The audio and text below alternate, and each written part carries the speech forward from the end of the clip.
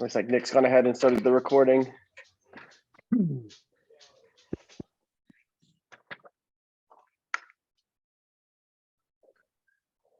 So this recording, just for everybody involved here, just want to be transparent and let you know we're going to put this on YouTube for all of rec coaches to use as a resource.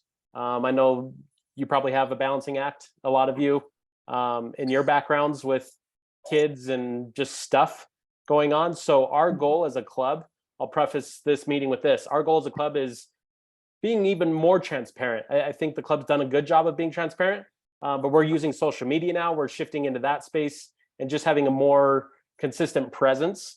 And I alluded to YouTube. We do not have anything yet in that space. This is literally going to be the first video to be uploaded for rec coaches specifically. You're going to see in the next month, we're going to start building that out with just various topics to, again, be a resource for you guys as rec coaches to say, I'm losing my mind here. Where do I start? What do I do? What do I need to think about? And I need the basics. So that's how I'll preface this meeting, is just know this meeting is being recorded to then upload onto YouTube for all of you coaches and anybody missing it to then go back to and say, what did I miss or what did I forget? Cool. Well, thanks, Nick. Yep. Welcome, everyone.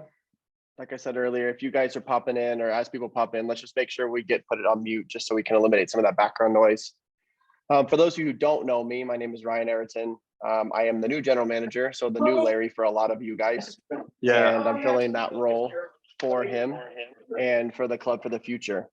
So name to a face, obviously it's via Zoom. You guys will see me a lot at Canyon View over the weekends, as well as Jerry and then Nick Gumpert, who just gave us the intro there. So don't be afraid to stop in, say hi. Don't be afraid to see us at the fields and make a mention of who you are, or even as a coach. So with that being said, I'll introduce one other person who's in here. His name's Chris Day. He's our referee assigner. He is the one that puts these great referees together. Some guy's walking around with his dog. So it sounds like we got some people still with noise in the background. Hey guys, if you're in here, please mute this, just to make sure we're all on the same page. Thank you. So Chris Day is in here too. He's our referee assigner. He's the main guy that puts everything together. So we'll kind of get moving here, and then I'll wrap up with Nick, and then let Chris kind of go through his spiel. Nick, is there any way to mute these guys that are still making noise in the background?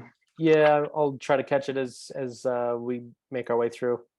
Okay, sounds good. So most of you have been here before. Some of you haven't. Really, guys, the goal of the recreational program is to allow a space for kids to play that is fun, that is exciting for them, and something that they want to come back with. The idea is we want to promote this passion of the game. And while it's not competitive, some want that route, and then some want the fun route. So how do we grow the game? We've got to keep it fun. Understand that we're dealing with players and we're dealing with kids. We're not dealing with parents. And well, we are dealing with parents, but we're not dealing with adult age kids. We're dealing with little kids. So we've got to keep that.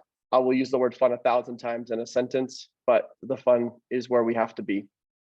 And it's just simple, basic skills that we're learning. For a lot of U4s through U8s, it's can we learn how to run correctly? Can we just simply have motor functions that keep us up on our feet? And then as we grow, can we learn how to just touch a soccer ball? Bottom of the foot, outside the foot, inside the foot. Just simple basic technical things. It doesn't require a degree or a license of any sort to do those simple things. But as long as they're engaged, they're moving, they're touching a soccer ball, and it's fun for them and they keep coming back, that's why we're here. And that's why we've asked you guys, and I'm sure why you volunteered to coach yourselves. So it's not complex. While it seems like it, it's really not. And as we will allude later in the meeting, as Nick follows up, we have resources for you guys to be able to help and learn and ask questions. So as a program philosophy, that's what we're trying to get at. Recreational, how do we keep it fun? How do we keep kids engaged? Let's bring them back. That's my goal. Now, as you guys have seen, we have quite a few things that have been changing, and this has been one of the biggest things that people have been complaining about, and I will never disagree with you guys in these. But this background check, safe sport, heads up protocols that we've started to get you guys into, they're there's a new mandate that started at the beginning of this, or beginning of last year, that the state has handed us. So CSA, which is our governing body of our clubs, has gone through the importance of background checks, the importance of this heads up protocol, which is the concussion protocols, and then the safe sport, which just goes more in depth of what we should be looking for as adults in the room. So leaders on the field, of signs to look for things that could be dangerous for us or for your kids. Guys, I understand it's tedious. I know it sucks. We have to do them too. But in order for us to keep our licensing as a club, we have to follow these protocols. The last thing I want, and you guys should want to happen, is anything to these kids. And it keeps you kind of out of the courtroom, no lawsuits on your end. And it keeps our programs. If we have a problem and it comes back to Fire FC as the reason that we didn't follow through on something, we could lose this program, both recreational, U4 through U11, and middle school. And that's the last thing we want. We've got 1,200 kids playing, and that's a big number of kids we would lose. So as we go through this year by year, it works on a 2-year basis. So background check, safe sport, and heads up lasts for 2 years. So once you've done it once, you'll have to wait 2 more years, and then we might have to come back and redo it again. Luckily for you guys, you get to test out of it essentially. So the first time around is the worst part. And then you go back and you just do like a refresher course, and then you update your background check. So that takes, well, it did take 45 minutes, now it takes 15. Nick, you want to piggyback on anything in here? What you just went over, I just would like to reemphasize the motor skill piece. Ryan touched on it. It's a lot of turns. It's a lot of changing direction, right? These kids are so young that don't feel like you have to, again, complicate your worlds to say, I need to find 8 different activities and where do I even start? Because I never played the game. Like if you're just getting them, again, Ryan touched on motor skills. And again, that's such a broad topic. But if you need anything specific to say, can you work with me? Because again, I'm working from ground zero here as a coach. Reach out to us individually. We'll put our contacts in the chat here. And then also know you have the website. We'll get to this resource. But you're going to have tools that you can access, again, on your own time to fit your lifestyle. So I just wanted to reiterate the motor skills piece, because I know a lot of parent coaches and volunteer coaches say, I don't have the time to become an expert in this sport. Just give me the bare necessities. And that's definitely a bare necessities thing that will apply to any and all of you, whether you're coaching 4- and 5-year-olds or the middle school ages. Yeah, I agree. And guys, there is the chat function in Zoom. So if we're going through stuff and you do have questions that you are on mute, go ahead and shoot that question into the chat, and Nick will try to answer them as we come along. And if he doesn't know, he'll just alert me, and we'll just kind of stop there for a second. So I'm just following through this itinerary, or the agenda I had sent to you guys via email. So the recreational rules, which is a question we get, and then kind of the recreational curriculum based on age. We're trying to do a good job of cleaning up the website for you guys. Inside those, our programs, where we find the schedules and we find the rosters, to make sure you guys are very clued in on where details and where items are where you guys can look. I'm not going to go through each individual age group, because you guys can read, you guys are all adults. You can find those rules matrix. So it's U4 through U8, and then you can find separately U9 through middle school. It's on that page where all the rosters and the schedules are. So it's our programs, recreational U4 through U11. You can browse through those, very, very explanatory.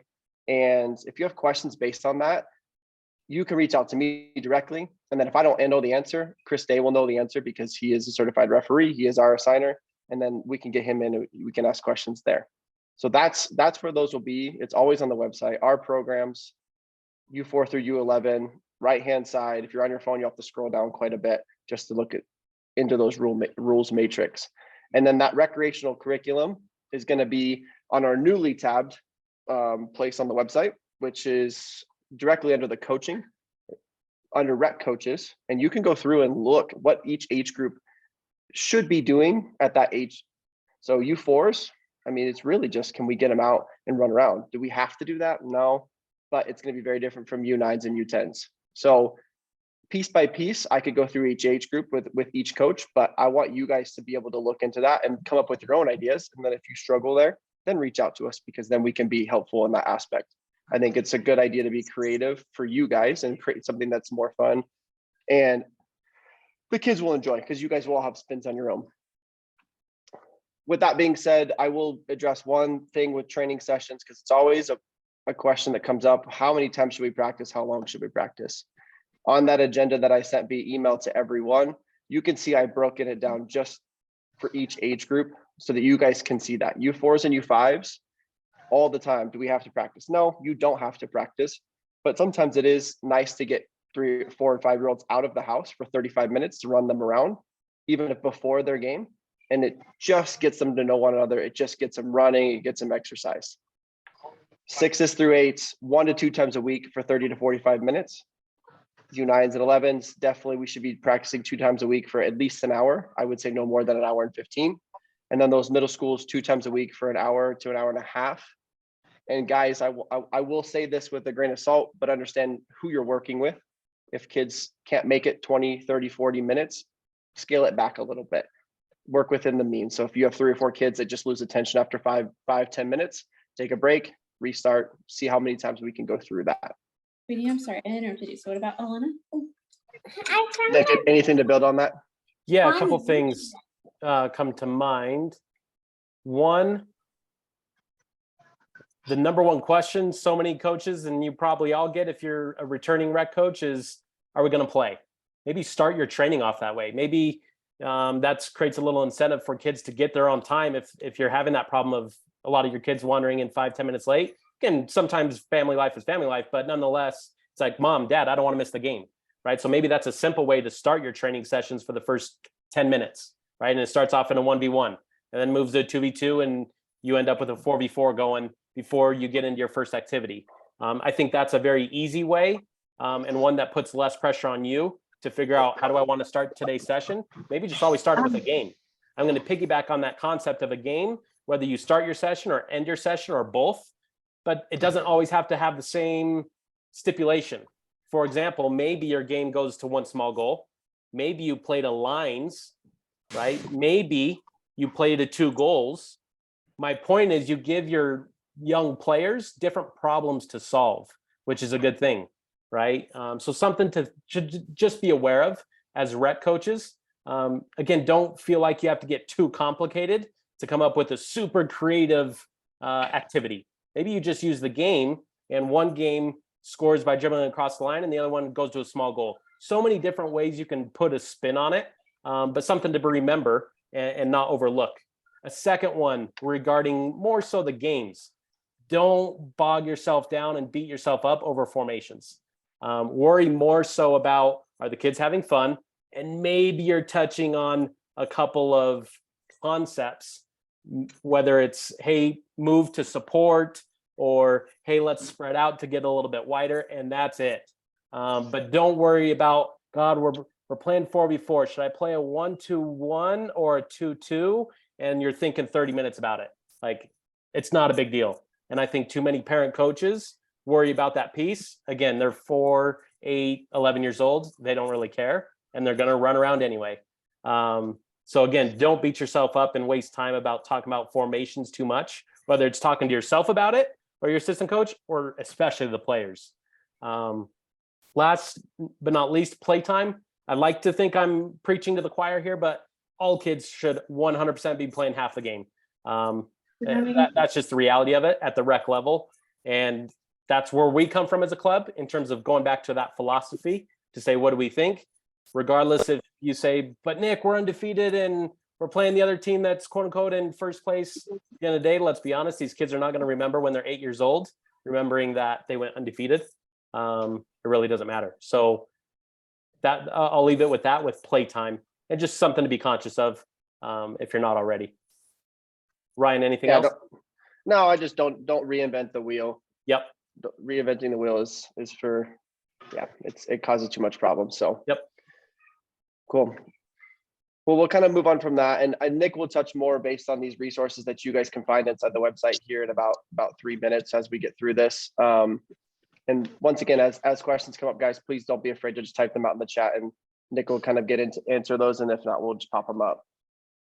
Another big piece that always kind of seems to pop up as we get into these rec seasons is, well, Ryan, where do I practice? Can we practice at Canyon View? Where can we practice? This season is different. So as many know, Grand Junction is building a new high school. At the current moment for the spring, Canyon View is housing both boys and girls lacrosse teams for Grand Junction High School. They're housing their women's or their girls varsity and JV soccer. They're housing baseball and softball as well as tennis. And on top of that, our competitive programs, games and competitive games are all going to be at Canyon View this season. So we're trying to stress this season, especially for those who do train at Canyon View, is maybe look to find somewhere else. The space is going to be really limited. And it's the first time we've ever seen how the volume is going to be so high. Are there places to practice? Yes. You might have to be a little bit creative to say, hey, we're going to have to find a park or somewhere that's big enough for us to practice with 4s, 5, 6, 7, all the way up to middle school. If you guys are stressed about it and you don't know any other place to go, please reach out because we have plenty of places that we know of that you guys can go. If you have the resources to practice at schools, because I know elementary schools and middle schools and even high schools have places to practice, great, reach out to them. What they'll essentially need is insurance from us. We can send that over to them. That way you guys are covered if something does happen to those fields. But I will stress over and over and over again, Canyon View is going to be crazy this season. And what's going to happen is if you guys start training out there and you're set up and then our competitive teams come out, they have priority over the fields because we pay extra for the training sessions out there. If it's a District 51 field and you guys are set up, they will kick you off as well. So it's just going to cause frustration. District and it's just 51 be is hard. What's that? Those that don't know, District 51 is? It's our school district, guys. Okay. It's our school district. So those are the high schools that are in the valley. And then for liability standpoint, just be aware of our competitive training players. While they're U11 through U19, they are bigger, faster, stronger than the rec kids. And then the District 51, so all of our high school students who are playing lacrosse and soccer. Imagine lacrosse is a hard ball flying around like crazy. They don't have much control over that. And then the high school girls that are going to be practicing out there. So we bring this up now so we can alleviate conflicts later down the road. And the one question that always does pop up after this conversation is, well, doesn't our registration pay for these fields? It does not for the weekdays. It does for the weekends. So your registration covers the insurance for each individual player, and then it covers those weekend games. So the time slots that we have, 9 a.m. to noon on Saturdays, that's the area that it covers. Unfortunately, it does not cover the rest of that. Questions that always pop up. So once again, if you're planning to practice at Canyon View, my goal would be to see if we can get you to move to a different place so we don't have these conflicts. If you don't know of any place to train, please reach out. We will direct you to a place that potentially you could use, or a school maybe that you guys could use. Longs Park will not be used as much in the fall or in the spring, this spring. So it's an area in which I would push people towards Sherwood Park, Lincoln Park, elementary schools, middle schools, high schools, direction we could go. And then Nick, do you want to touch anything before I jump on to the last admin thing here? No, keep going.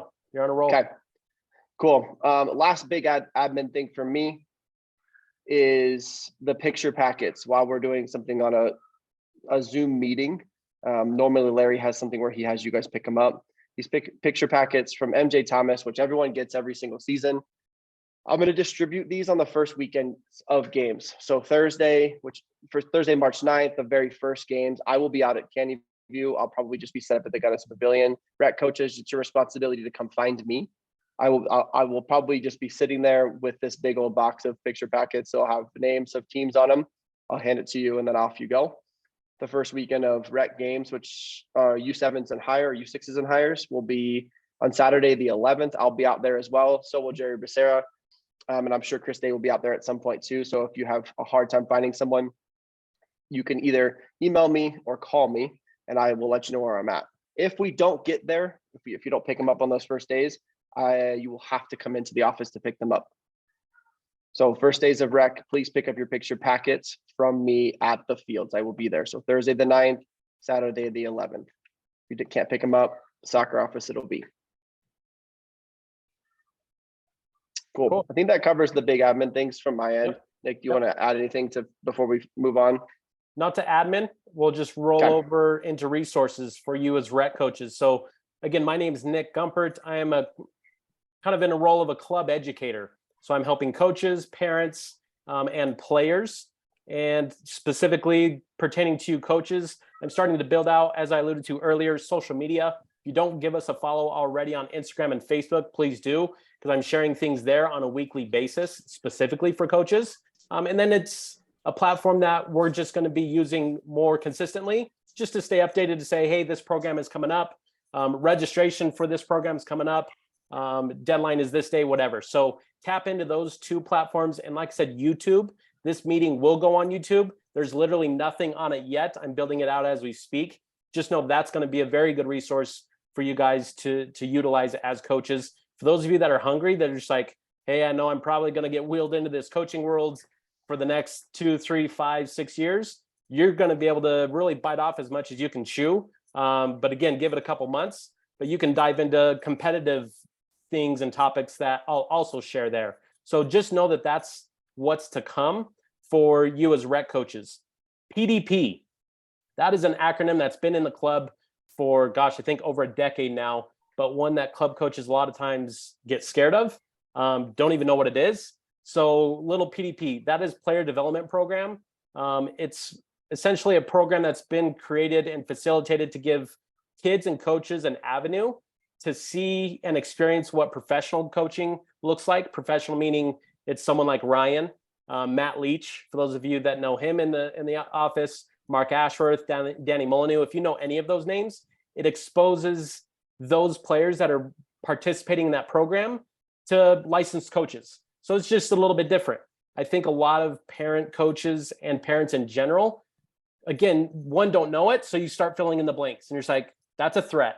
It's a resource. And it's a very good resource if you want it to be. You don't have to make it a resource. Ryan, can I lean on you to give the options there when it comes to what it is for PDP, just to fill them in? As far as the age groups go? Yeah.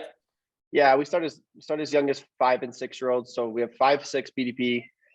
We have a 7, 8 PDP and a 9, 10 PDP. And we've reorganized it now. So 5, 6, 7, 8, 9, 10 all participate on Mondays. And then the 9, 10 adds the option of a Wednesday. So then we go Mondays and Wednesdays. There you go. So that's PDP in a nutshell. And again, just know that that is not a threat to you or anybody of competition. That's simply a resource that for those that say, I want more, there's your more. Additional programs for these ages. We just went through this winter piece where winter programs literally ended this past weekend. They had Rec had 4v4 programs. They had winter skills. There's foundational skills programs. So just know there's more to it. If you as coaches say, gosh, I have like 7 players that just want more, where can I go? What can I do? The club does facilitate programs on a seasonal basis. So there again, just ask myself, ask Ryan, or just give the soccer office a call at your convenience. If you have those questions or get those questions from a one-off parent, or you have it as a team and your team just like, we want to stay as a team and do more, and what can we do? Just know there are options out there once your seasons end to go into something else. Again, only if you want it. It's nothing to say, hey, you better be doing that or else. But I know that's a very common question. Website, I shared with everybody here already what our website is. If you don't know it, just know I'm going to be making sure that's up to date for you guys as coaches and for you guys as parents. So right on the front homepage was, if you clicked on that picture, would have sent you into this meeting. Just know it's going to be very interactive like that. I'm very rarely going to make it a still image that just sits there. Or if it does, it's going to have text to inform. So just be on the lookout for our website as a very good resource for you as rec coaches, and for you to communicate to your parents to say, hey, if you don't use the website, use it. And again, if you don't use the social media, start using it, because that is going to just be a consistent space. We are going to absolutely make sure we keep it updated on a continuous basis for you guys. Ryan alluded to this, but I'm going to touch on it again because it's a resource for you. When you go to our website, gjsoccer.org, you will see a tab at the top called Coaches. It's a drop-down menu. If you click on Rec Coaches, that is another page that is going to get built out specifically for you guys and you girls. So again, know that is 100% a resource that you can tap into moving forward. What else am I missing? I've got Facebook, Instagram, YouTube. If you have video, pictures, you're just like, this is a cool thing. How do we get recognition? How do we get put on Instagram? Send us a video MP4 file or just still shots. Send it to gjsoccerinfo@gmail.com. I'll put that in the email to in the chat to everybody. And if you want recognition, maybe it's a player that had a cool accomplishment in school.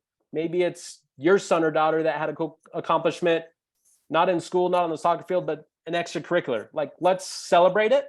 We're all about it. And just know gjsoccerinfo@gmail.com is going to be the place to just send it there. Hey, can we say good job, Susie, for this? Yes. Send me a pic, send me a video, and we're off. So those are your resources as coaches and as parents, and things, again, just to share with your parents, because I feel like that's a revolving door. Yeah, out with the old, in with the new, and then you come in with the same questions that you had a year ago and 2 years ago. So please share that information when you can, where you can. Ryan, anything else? Yeah, I just want to touch, there's a couple of questions that have been coming through the chat. I want to make sure we get through just so that people are on the same page. Yep. There's a question as far as information for a couple of things. So 24 Road, which is going to be under construction, and then rescheduled and canceled games. So guys, be aware that 24 Road is going to be a hot mess for probably the remainder of the spring and through the summer.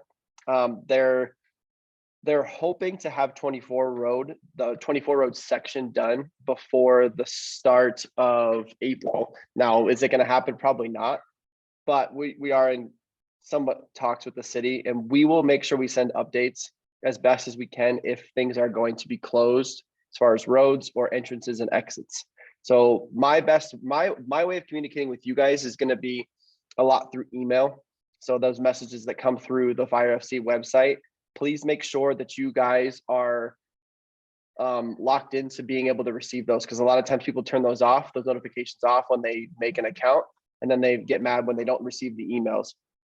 With that being said, when I do send those, I make sure that Nick and I are on the same page, as he's the social media coordinator now, that will make sure that those get sent out on all of those social media apps. So make sure, at least if you're not on Instagram, you're on Facebook and you're following, or vice versa. If you're on Instagram and not Facebook, make sure you're following. Please make sure you check your emails. As far as canceled games and rescheduled games, it is the springtime, so there is a good chance at some point we'll have to reschedule or at least delay at some point. If and when that time comes, I will be the one that obviously communicates this. It will be through the system. It will take probably a day or two to get games rescheduled. And then once things are ready to go, I'll repost. We'll make sure that there's dates put to that. And then you guys will be notified, as well as something will go out on social media that says those schedules are ready to go.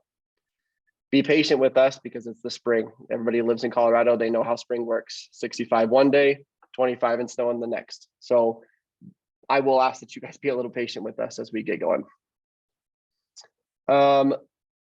Last, I think there were just some questions on prices of PDP, and someone answered. So 5 and 6 year olds, that's $60 for the program. Starts March 27th, so at the end of March. 7-8 is $90 for the program.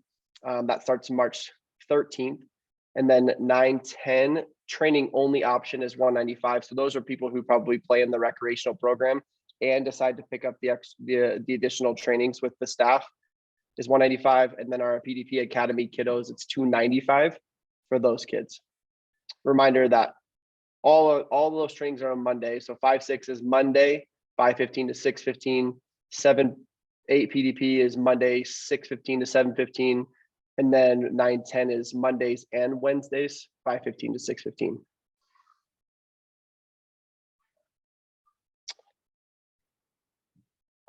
Ryan, So I may have missed it, but there's one a little bit higher up. It just was asking about pictures. Do you know when those are yet, or TBD right now? So MJ Thomas will be reaching out to each individual coach to set those up. So those don't come from us. So the picture packets, we are the ones who give those out. I'll be at the pavilions, the Gunnison Pavilion, so the main pavilion where the bathroom is, on that first Thursday and the first Saturday. If you're not there for that, you'll have to come to the office and pick them up. But MJ Thomas will be reaching out to you guys to make sure you know the dates and times for all of those. Okay. And then is there, from a staffing standpoint, for those that may need to flag down a staff member for some reason, an issue comes up at the field, what's that norm on game days? Yeah, there is a lot of people out there, and realistically, me and Jerry and Chris, and then the occasional Nick will be out at the fields. What we'll do as we finish this here is I will put my contact information, or help Nick put my contact information in to the chat here to make sure everybody has it. On the fields during the weekend, it can be quite chaotic. Can always send me a text, or just give me a phone call during the weekend.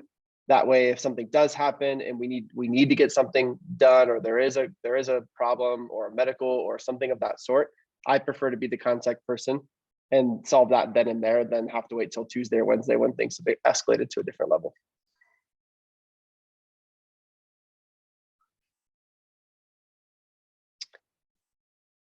I think that's the main majority of those questions there. Yeah. With that being said, I want to kind of start to wrap up here and give Chris a minute. Yep. This is the other big piece that people have questions about, especially as we get to I think it's U9s when we start referees. So those who are in the U4s through U8s, if you guys want to stick around and listen to this conversation, if not, you guys are welcome to bow out.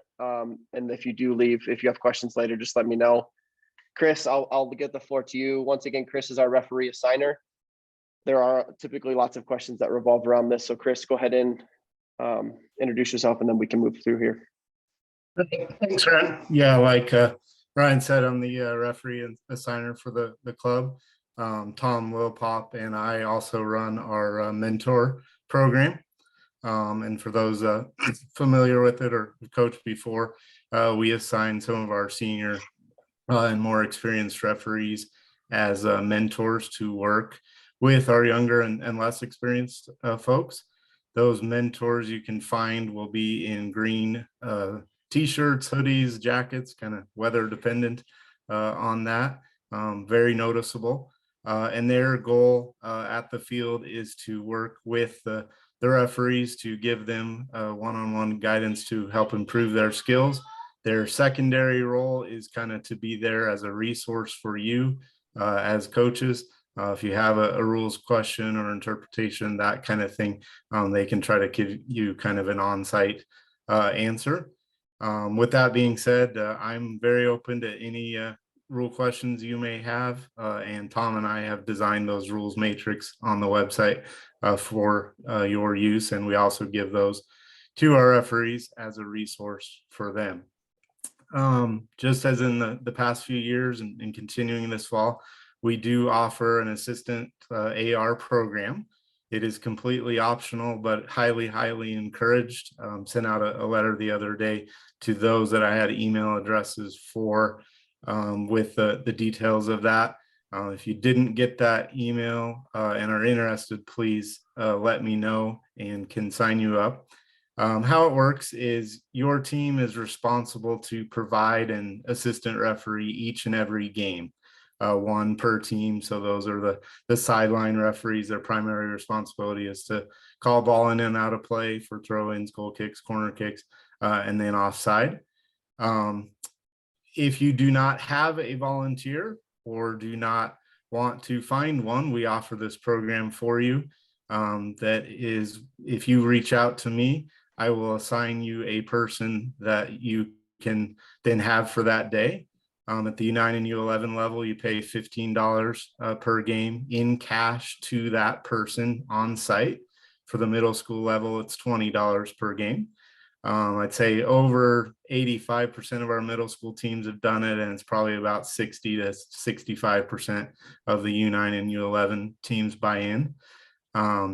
All you need to do is reach out to me with your email address and cell phone number.